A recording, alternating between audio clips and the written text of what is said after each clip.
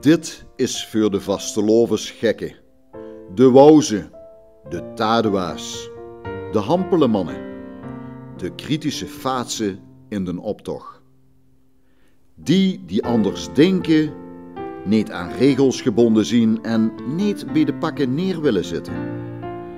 Die ze wils nodoen, tegenspreken, uitlachen of verheerlijken. Het inzichtste wat ze niet kunnen doen is negeren.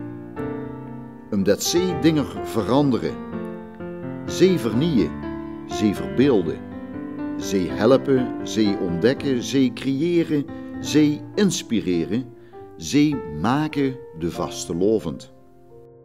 Misschien moeten ze wel anders zien, want wie anders zuurt ze iets simpels aan voor briljant? Of huurt ze in stilte en vastelovensleed?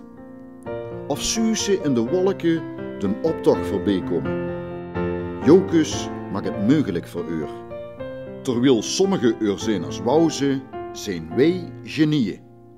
Want die met een vastelovensheert denken de vastelovend te kunnen veranderen, zijn degene die dat lukt.